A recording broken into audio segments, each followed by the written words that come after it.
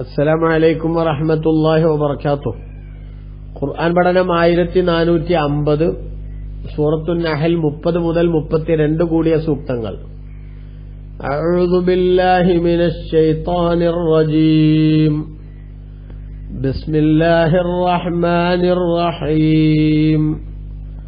وقيل للذين اتقوا ماذا أنزل ربكم قالوا خيرا للذين أحسنوا في هذه الدنيا حسنة ولدار الآخرة خير ولنعم دار المتقين جنات عدن يدخلونها تجري من تحتها الأنهار لهم فيها ما يشاءون كذلك يجزي الله المتقين الذين تتوفاهم الملائكة طيبين يقولون سلام عليكم ادخلوا الجنة بما كنتم تعملون. صدق الله العظيم. بسم الله والحمد لله والصلاة والسلام على سيدنا محمد وآله وصحبه ومن تبعهم بإحسان إلى يوم الدين. أما بعد. وقيل للذين اتقوا, അള്ളാഹുവിന്റെ വിധിവിലക്കുകൾ സൂക്ഷിക്കുന്നവരോട് ചോദിക്കപ്പെടുന്നു, മാദാ അൻസല റബ്ബുക്കും, എന്താണ് നിങ്ങളുടെ നാഥൻ ഇറക്കിയത് എന്ന്. ഖാലു, അവർ പറയുന്നു, ഖൈറ, നന്മയാണ് അള്ളാഹു ഇറക്കിയത് എന്ന്. ലില്ലദീന അഹ്സനു ഫി ഹാദിഹി ദുനിയ ഹസന, ഈ ദുനിയാവിൽ ഭൂമിയിൽ നന്മ ചെയ്യുന്നവർക്ക്, നല്ല പ്രവർത്തനം നടത്തുന്നവർക്ക് ഗുണമുണ്ട്, നല്ല പ്രതിഫലമുണ്ട്. വലദാറുൽ ആഖിറത്തി ഖൈറുൻ, പാരത്രിക വീട് ഏറ്റവും നല്ലതാകുന്നു. വലനിഅമ ദാറുൽ മുത്തഖീൻ, ഭക്തന്മാരുടെ വീട് വളരെ നല്ലത് തന്നെ. അതായത് ജന്നാത്തു അദിൻ, ശാശ്വതമായി താമസിക്കാനുള്ള സ്വർഗങ്ങൾ. യദ്ഖുലൂനഹ, അവരതിൽ പ്രവേശിക്കും. തജ്രീ മിൻ തഹ്തിഹൽ അൻഹാർ, അതിന്റെ താഴ്ഭാഗത്തുകൂടി അരുവികൾ ഒഴുകിക്കൊണ്ടിരിക്കുന്നുണ്ട്.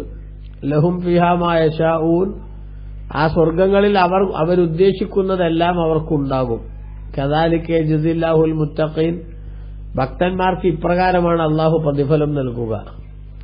അല്ലദീന തതവഫാഹുൽ മലായികത്തു ത്വയ്യിബീൻ, മലക്കുകൾ മരിപ്പിക്കുന്ന, നല്ലവരായ നിലക്ക് മലക്കുകൾ മരിപ്പിക്കുന്നവർ, അഥവാ വിശ്വാസികളായി, ശിർക്കില്ലാതെ, കുഫറില്ലാതെ, ഈമാനോടുകൂടെ മരിക്കാനുള്ള സൗഭാഗ്യം കൊണ്ട് അല്ലാഹു തആല അനുവദിച്ചിട്ടുള്ള ആളുകൾ, അല്ലെങ്കിൽ അനുഗ്രഹിച്ചിട്ടുള്ള ആളുകൾ, അങ്ങനെ മരിക്കുന്ന മലക്കുകൾ മരിപ്പിക്കുന്ന ആളുകൾ, യഖൂലൂന, അവർ പറയും, അഥവാ മലക്കുകൾ പറയും, സലാമുൻ അലൈക്കും, നിങ്ങളുടെ മേലിൽ അള്ളാഹുവിന്റെ സമാധാനം ഉണ്ടാവട്ടെ. ഉദ്ഖുലുൽ ജന്നത, നിങ്ങൾ സ്വർഗത്തിൽ പ്രവേശിച്ചുകൊള്ളുക. ബിമാ കുന്തും തഅമലൂൻ, നിങ്ങൾ പ്രവർത്തിച്ചുകൊണ്ടിരുന്നതിന്റെ കാരണത്താൽ എന്ന്. കഴിഞ്ഞ കുറെ ആയത്തുകളിൽ അല്ലാഹു സുബ്ഹാനഹു വ തആല നിഷേധികളുടെ ദുനിയാവിലെയും ആഖിറത്തിലെയും അവസ്ഥ പറയുകയായിരുന്നുവല്ലോ. സ്വാഭാവികമായും ഖുർആന്റെ ഒരു ശൈലി അനുസരിച്ച് അവിശ്വാസികളുടെ അവസ്ഥ പറഞ്ഞാൽ വിശ്വാസികളുടെ സാഹചര്യങ്ങൾ വിശദീകരിക്കും. അവിശ്വാസികൾ നേരിടേണ്ട തിരിച്ചടികളെക്കുറിച്ച് ഉണർത്തുമ്പോൾ വിശ്വാസികളെ കാത്തിരിക്കുന്ന സൗഭാഗ്യങ്ങളെക്കുറിച്ച് പറയുക എന്നത് ഖുർആനിന്റെ ഒരു ശൈലിയാണ്. അപ്പൊ ആ നിലക്ക് അല്ലാഹു സുബ്ഹാനഹു വ തആല ഇവിടെ സൂചിപ്പിക്കുകയാണ്. എന്തിനാണ് ഇത് ഇങ്ങനത്തെ ഒരു രീതി അല്ലാഹു തആല പറയുന്നത്? വിശ്വാസികൾക്ക് ഇതൊരു ഉത്ബോധനവും അതോടൊപ്പം തന്നെ ഒരു വാഗ്ദാനവും, അതേസമയത്ത് നിഷേധികൾക്ക് ഇതൊരു ഒരു ശിക്ഷയും അതോടൊപ്പം തന്നെ അവർക്കൊരു ഭയപ്പെടുത്തലുമായി തീരുന്നതിനാണ് ഇത്തരമൊരു ശൈലി അല്ലാഹു സുബ്ഹാനഹു വ തആല സ്വീകരിക്കുന്നത് എന്ന് ഇമാം റാസി റളിയല്ലാഹു അൻഹു തന്നെ തഫ്സീറിൽ രേഖപ്പെടുത്തിയത് കാണാം.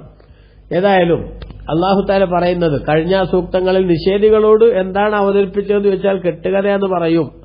അതായത് കണ്ണടച്ച് ഇരുട്ടാക്കുക എന്ന് പറയുന്ന ഒരു സമീപനാണ് അവർ സ്വീകരിക്കുക എന്ന് പറഞ്ഞല്ലോ.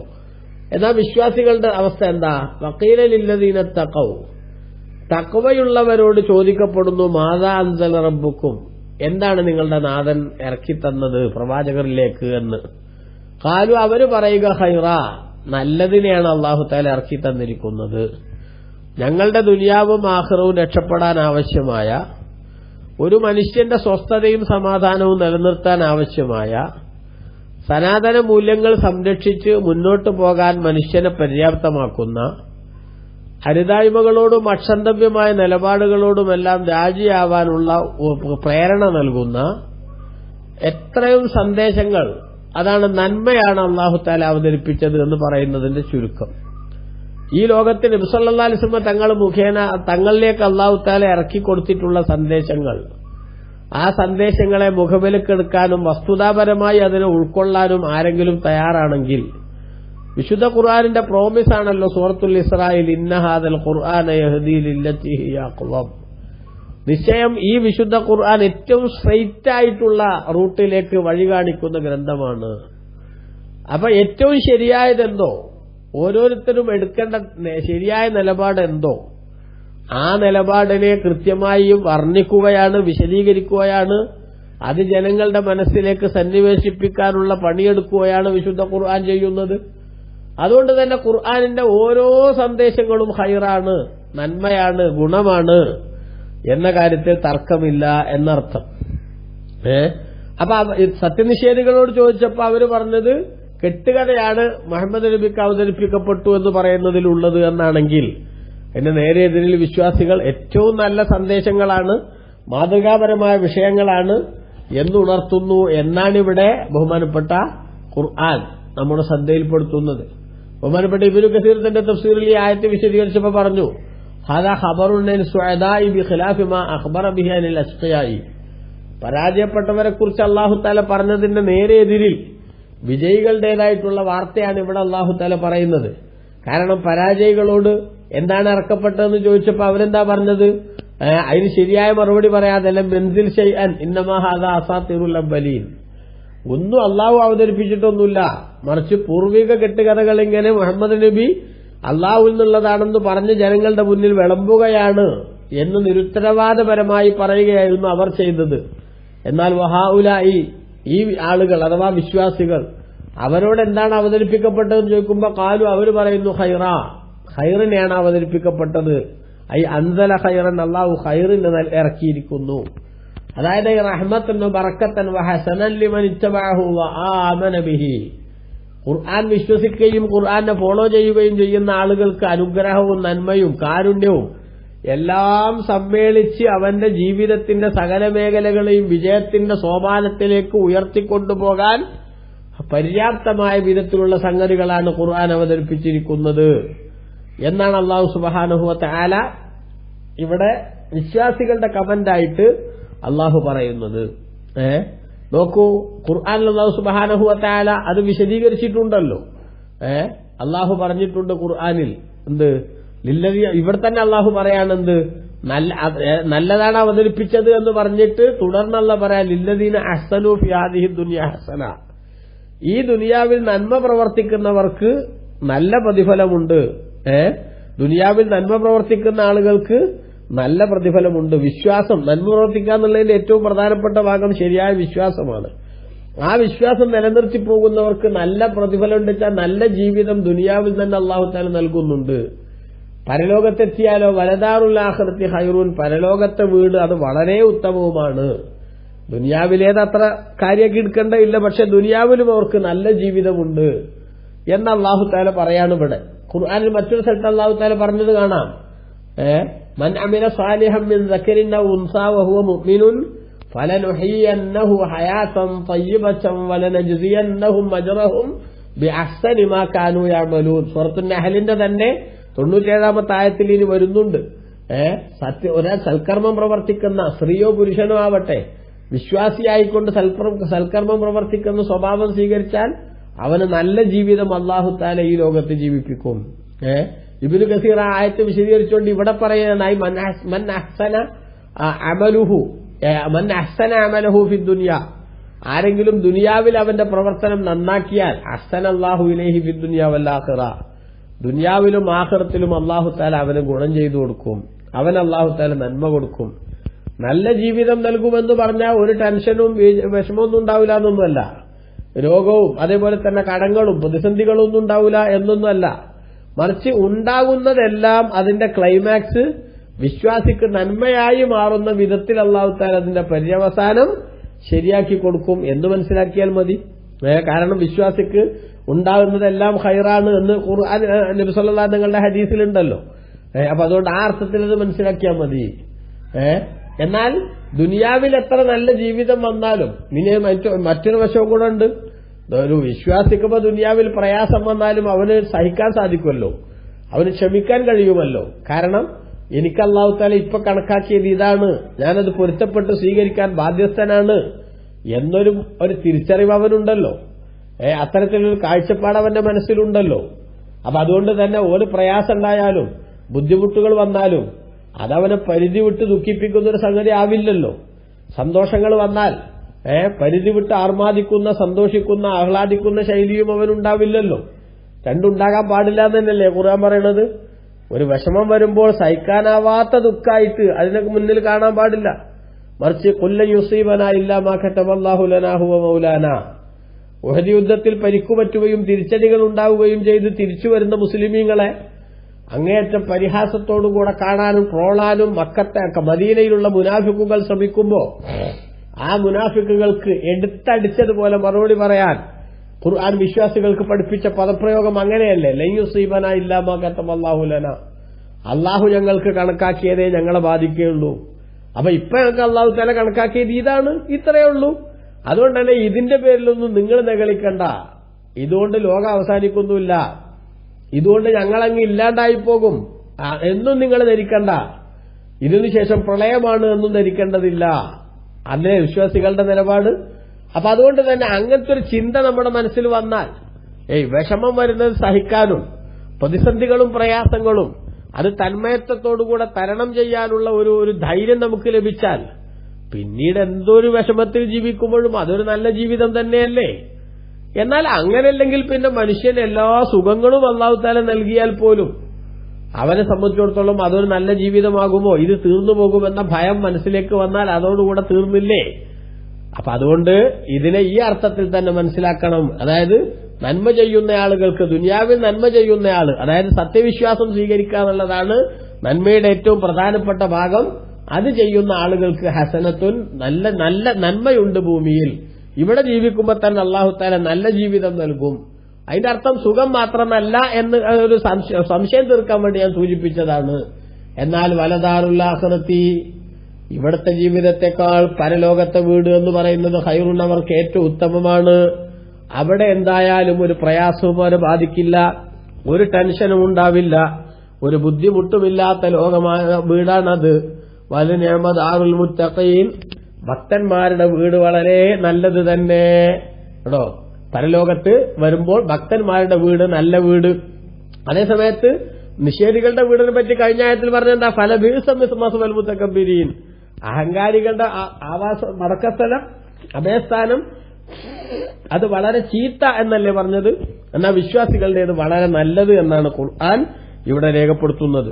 നോക്കൂ, ഈ ആയത്തുമായി ബന്ധപ്പെട്ട് മഹാനായ അല്ലാമ ഖാസിൻ തന്റെ തഫ്സീറിൽ രേഖപ്പെടുത്തുന്നത് കാണാം. അറബി ഗോത്രങ്ങൾ പലപ്പോഴും ഹജ്ജ് വേളകളിലൊക്കെ അവരുടെ നാടുകളിൽ നിന്ന് നബി സല്ലല്ലാഹു അലൈഹി വസല്ലം തങ്ങളുടെ വിവരങ്ങൾ അറിയാൻ ആളുകളെ അയക്കാറുണ്ട്. അങ്ങനെ പ്രതിനിധികൾ മക്കയിലേക്ക് വരുമ്പോൾ വഴിയോരത്ത് തന്നെ പുറത്തുനിന്ന് വരുന്ന ആളുകളെ കാത്തിരിക്കുന്ന മക്കത്തെ മുശ്രിക്കുകളുടെ പ്രതിനിധികളുണ്ടാകും. ആ പ്രതിനിധികളെ കണ്ടാൽ അവർ ചോദിക്കും, മുഹമ്മദ് നബി എന്ന് പറഞ്ഞ ഒരാളില്ലേ ഇവിടെ, അദ്ദേഹത്തിന്റെ അവസ്ഥ എന്താണ് എന്ന്. അപ്പൊ ഈ മക്കത്തെ ഈ പാരപ്പണിക്കാർ പറയുമെന്ത്? ഓ സാഹിറാണെന്ന് ചിലർ പറയും, കാഹിൻ ജ്യോത്സ്യനാണെന്ന് വേറെ ചിലർ പറയും, ഷായർ കവിയാണെന്ന് വേറെ ചിലർ പറയും, കദ്ദാബ് പെരുന്നുണയനാണെന്ന് വേറെ ചിലർ പറയും, മജ്നൂൻ ഭ്രാന്തനാണെന്ന് വേറെ ചിലർ പറയും. എന്നിട്ട് അവർ പറയും, ഇങ്ങനെ ഓരോരുത്തരും ഓരോന്ന് പറയും. ഇയാൾക്ക് അങ്ങനെ കുഴപ്പമുണ്ട്, ഇങ്ങനെ കുഴപ്പമുണ്ടെന്ന്. ഒരാൾ ഒരു കുഴപ്പം പറയുമ്പോൾ മറ്റേ അടുത്ത കുഴപ്പം. ആകെ കൺഫ്യൂഷൻ ആക്കും ഈ വന്ന ആളെ. എന്നിട്ട് ഇവർ അവസാനം പറയും, വൈദാലം തുൽഖിഹി ഖൈറുല്ലക, മൂപ്പരെ കാണാണ്ടക്കലാണ് നിങ്ങൾക്ക് നല്ലത്. അദ്ദേഹത്തെ വൈദാലം തൽഖ, അദ്ദേഹത്തെ കാണാണ്ടക്കലാണ് നിങ്ങൾക്ക് നല്ലത് എന്ന് പറയും. കാണാണ്ടക്കലാണ് നല്ലതെന്ന് പറയുമ്പോൾ ഫയഖൂലുൽ വാസിദു, പ്രതിനിധിയായിട്ട് വന്ന ആള് പറയും, ഈ ദൗത്യവുമായിട്ട് വന്ന ആള് പറയും, അന ശർറു വാഫിദിൻ ഇർറജഅതു ഇലാ ഖൗമി മിൻ ദൂനി അൻ അദ്ഖുല മക്കത ഫഅൽഖാ. അദ്ദേഹത്തെ കാണാതെ ഞാൻ തിരിച്ചുപോയാൽ ഞാനൊരു പരാജയപ്പെട്ട പ്രതിനിധിയായി പോകും. അതുകൊണ്ട് എനിക്കെന്തായാലും അദ്ദേഹത്തെ കാണണം എന്നിട്ട് അദ്ദേഹത്തെ നേരിട്ട് മനസ്സിലാക്കണം. നിങ്ങൾ പറഞ്ഞതും കേട്ട് തിരിച്ചു പോകാൻ കഴിയില്ല. അങ്ങനെ ഫയദ്ഖുലു മക്കത്ത, അദ്ദേഹം മക്കയിൽ പ്രവേശിക്കും. ഫയറ അസ്ഹാബ റസൂലില്ലാഹി സ്വല്ലല്ലാഹു അലൈഹി വസല്ലം ഫയസ്അലുഹും അൻഹു, നബിതങ്ങളുടെ ശിഷ്യന്മാരെ കണ്ട് നബിതങ്ങളെ കുറിച്ച് അവരോട് ചോദിക്കും. അവരോട് ഫയുഖ്ബിറൂനഹു ബിസിദ്ഖിഹി വഅമാനതിഹി വഅന്നഹു നബിയ്യുൻ മബ്ഊസും മിനല്ലാഹ്. അപ്പോൾ സഹാബികൾ നബി സല്ലല്ലാഹു അലൈഹി വസല്ലം തങ്ങളുടെ സത്യസന്ധതയും അതേപോലെ തന്നെ വിശ്വസ്തതയും അള്ളാഹുവിൽ നിന്ന് നിയോഗിക്കപ്പെട്ട പ്രവാചകരാണ് എന്ന കാര്യവും അടക്കം നബിതങ്ങളുടെ എല്ലാ പ്ലസ് പോയിന്റുകളും അവർ വിശദീകരിക്കും. അപ്പോ കാര്യങ്ങളുടെ ഒരു നിജസ്ഥിതി ഏറെക്കുറെ അദ്ദേഹത്തിന് മനസ്സിലാവും. പിന്നെ റസൂലുള്ളാഹി ഒന്ന് കാണുകയും കൂടെ ചെയ്താലോ ഈ സഹാബത്തിന്റെ ഈ വിവരണമാണ് ശരിയെന്ന് അവർക്ക് അനുഭവത്തിന്റെ അടിസ്ഥാനത്തിൽ ബോധ്യപ്പെടുകയും ചെയ്യും. അത്തരമൊരു സംവിധാനത്തെ സൂചിപ്പിച്ചുകൊണ്ടാണ് നിഷേധികളോട് നേരത്തെ എന്താണ് ഇറക്കപ്പെട്ടതെന്ന് ചോദിച്ചാൽ അള്ളാഹ് എന്താ ഇറക്കിയെന്ന് ചോദിച്ചാൽ അവർ ഷർറ് എന്ന് പറയുമെന്നും വിശ്വാസികളോട് എന്താണ് ഇറക്കിയെന്ന് ചോദിച്ചാൽ ഖൈർ എന്ന് പറയുമെന്നും പറയുന്നത് എന്ന് അല്ലാമ ഖാസിൻ ഇവിടെ വിശദീകരിച്ചിട്ടുണ്ട് എന്ന് കൂടി മനസ്സിലാക്കുക. എന്നിട്ട് അല്ലാഹു സുബ്ഹാനഹു വ തആല പറയാണ് വലനിഅമ ദാറുൽ മുത്തഖീൻ, തഖ്വയുള്ള ഭക്തന്മാരുടെ വീട് വളരെ നല്ലതെന്ന് കഴിഞ്ഞ ആയത്തിൽ പറഞ്ഞല്ലോ.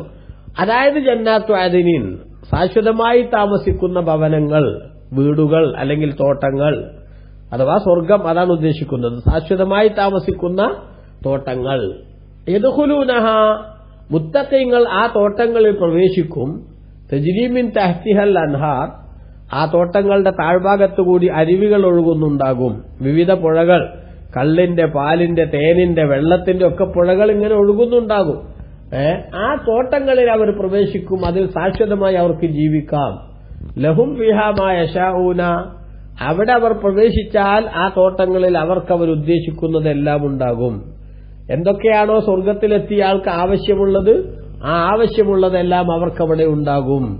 കദാലിക യജ്സില്ലാഹുൽ മുത്തഖീൻ, ഇപ്രകാരമാണ് സത്യവിശ്വാസികൾക്ക്, ഭക്തന്മാരായ ആളുകൾക്ക് അല്ലാഹു പ്രതിഫലം കൊടുക്കുക. കേട്ടോ, നിഷേധികൾക്ക് കടുത്ത ശിക്ഷയും അതേപോലെ തന്നെ താങ്ങാനാവാത്ത ആഘാതവുമാണ് അല്ലാഹു തആല നൽകുന്നതെങ്കിൽ വിശ്വാസികൾക്ക് അവരുദ്ദേശിക്കുന്നത് എന്തും ആവശ്യപ്പെടുന്നത് എന്തും കൊടുക്കുകയാണ്.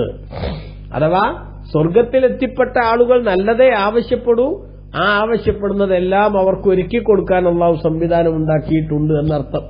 ഈ ആയത്ത് വിശദീകരിച്ചപ്പോൾ ബഹുമാനപ്പെട്ട ഇബ്നു കസീർ തന്റെ തഫ്സീറിൽ പറഞ്ഞു, വഫിൽ ഹദീസി, ഹദീസിൽ വന്നിട്ടുണ്ട്, ഇന്ന സഹാബത ലതമുറു ബിൽ മലഇ മിൻ അഹ്ലിൽ ജന്നത്തി വഹും ജുലൂസുൻ അലാ ശറാബിഹിം. പ്രത്യേക പാനീയം കുടിച്ചുകൊണ്ടിങ്ങനെ അലങ്കൃതമായ കട്ടിലുകളിൽ ഇരിക്കുന്ന സ്വർഗാവകാശികൾ, ആ സ്വർഗാവകാശികളുടെ സമൂഹത്തിന്റെ അടുത്തുകൂടെ ഒരു മേഘം ഇങ്ങനെ പോകും.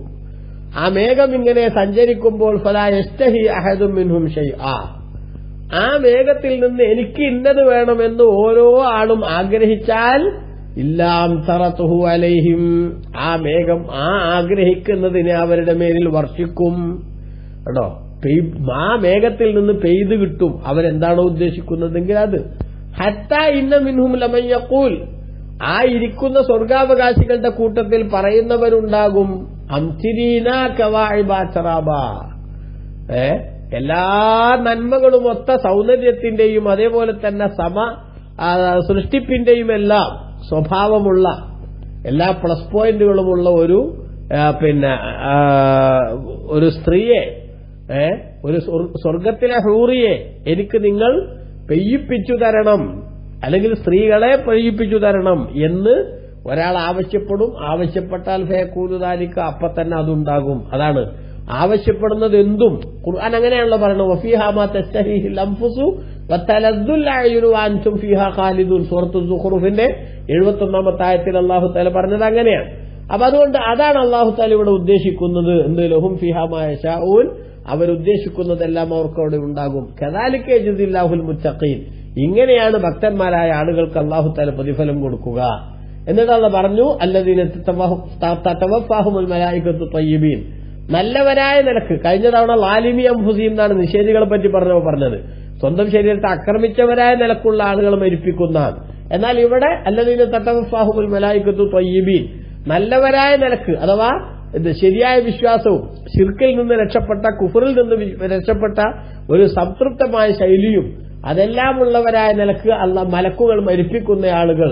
യഖൂലുന, അവരോട് മലക്കുകൾ പറയും, സലാമുൻ അലൈക്കും, നിങ്ങൾക്ക് സമാധാനം, നിങ്ങൾക്കൊരു അസ്വസ്ഥതയും വേണ്ട, നിങ്ങൾക്കൊരു വിഷമവും വരില്ല.